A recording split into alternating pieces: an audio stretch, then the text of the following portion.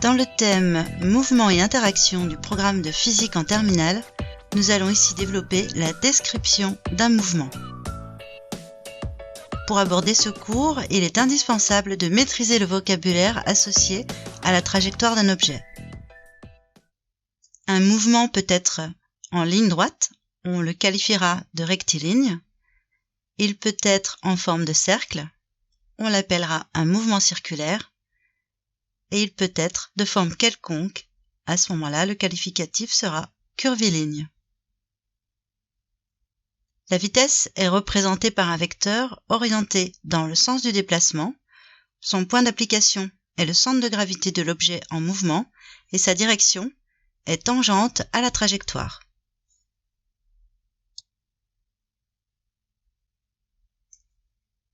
Un vecteur dans un repère de l'espace a trois composantes. Son abscisse, x, son ordonnée y et sa cote z.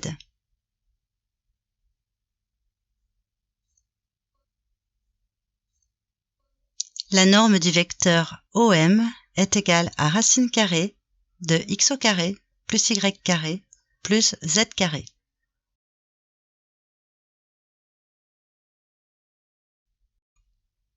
Première partie, les vecteurs du mouvement. Le vecteur position OM ou OG. Il fixe la position M d'un objet en mouvement dans un repère OIJK en fonction du temps t. OM a pour composantes x, y et z. Il se note également OM de t a pour composantes x de t, y de t, z de t. La norme de OM s'exprime en mètres. Le vecteur vitesse v, il décrit la variation de position d'un objet en fonction du temps. V a pour composantes Vx, Vy, Vz, qui s'exprime également dx sur dt, dy sur dt, dz sur dt. dx sur dt est la notation des physiciens. Elle représente la dérivée de x par rapport au temps. Idem pour d de y sur dt, d de z sur dt. La norme de v s'exprime en mètres par seconde, notée également mètres seconde moins 1. Le vecteur accélération a, il décrit la variation de la vitesse d'un objet en fonction du temps. Ses composantes sont ax, ay, az, qui valent d de vx par rapport au temps, d de vy par rapport au temps, d de vz par rapport au temps. La norme de a s'exprime en mètres par seconde carré, notée également mètres seconde moins 2.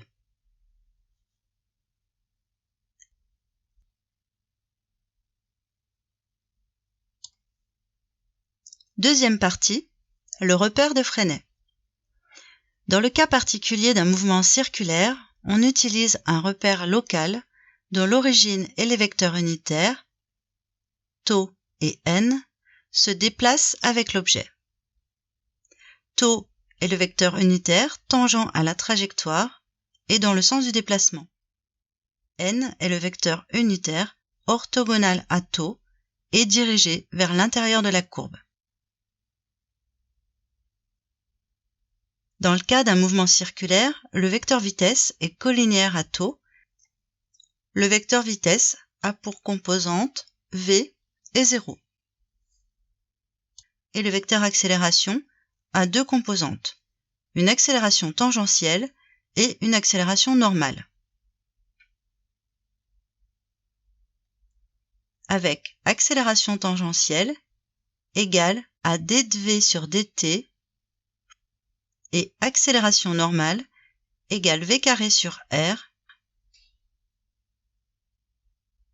V est la vitesse en mètres par seconde et r le rayon de la trajectoire en mètres. Troisième partie, les mouvements particuliers. Un mouvement dont l'accélération est nulle a une vitesse constante. On parle alors d'un mouvement uniforme. Un mouvement dont l'accélération est constante est dit uniformément varié. Si cette accélération est positive, on le dira uniformément accéléré. Si l'accélération est négative, on le dira uniformément ralenti ou décéléré. Un mouvement circulaire dont l'accélération tangentielle est nulle, c'est-à-dire dv sur dt égale 0, justifie que la vitesse est constante et que par conséquent le mouvement est uniforme. Mettons maintenant en application ce cours à travers la résolution de petits problèmes d'entraînement. Exercice 1.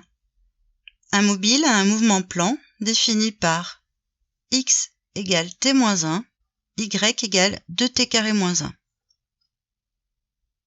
Exprimer y en fonction de x et en déduire l'allure de la trajectoire. Exprimer la norme de la vitesse en fonction de t. Calculer l'accélération subie par ce mobile. Je te conseille de mettre en pause cette vidéo pour te donner le temps de la réflexion. Une fois que tu as tes propositions de réponse, remets la vidéo en lecture. Première question. La trajectoire s'obtient en éliminant t entre x et y. J'isole t dans la première expression et je le substitue dans la deuxième expression. Comme x égale t-1, alors t égale x plus 1. Y égale 2t²-1. Je substitue t par x plus 1 dans l'expression. T est égal à 2 facteur de x plus 1 au carré moins 1. Je développe l'identité remarquable x plus 1 au carré. J'obtiens 2 facteur de x carré plus 1 plus 2x moins 1. 2x carré plus 2 plus 4x moins 1. Et j'ordonne. Y est égal à 2x carré plus 4x plus 1. On reconnaît une équation du second degré dont la représentation graphique est une parabole. Deuxième question. Son vecteur vitesse se détermine en dérivant le vecteur position par rapport à t. v de x est égal à dx sur dt, c'est-à-dire la dérivée de t moins 1 par rapport à t, qui est égal à 1. Vy est égal à dy sur dt, c'est-à-dire la dérivée de 2t² moins 1 par rapport à t, qui est égal à 4t. La norme du vecteur vitesse est v égale racine carrée de vx carré plus vy carré, égale racine carrée de 1 plus 4t au carré. Après développement, v est égal à racine carrée de 1 plus 16t carré. Troisième question. Le vecteur accélération se détermine en dérivant le vecteur vitesse par rapport au temps. A de x égale d de vx sur dt, c'est-à-dire dérivée de 1 par rapport à t, égale 0. AY est égal à d de vy sur dt, c'est-à-dire la dérivée de 4t par rapport au temps, qui est égale à 4. La norme du vecteur accélération est a égale racine carrée de ax carré plus ay carré, égale racine carrée de 0 au carré plus 4 au carré, égale 4 mètres par seconde au carré.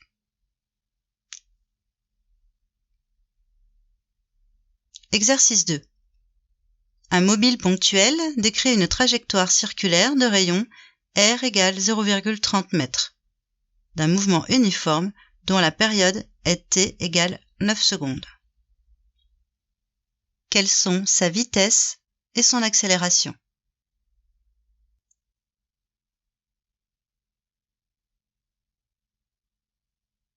L'expression qui donne la vitesse est v égale d sur t, distance divisée par temps.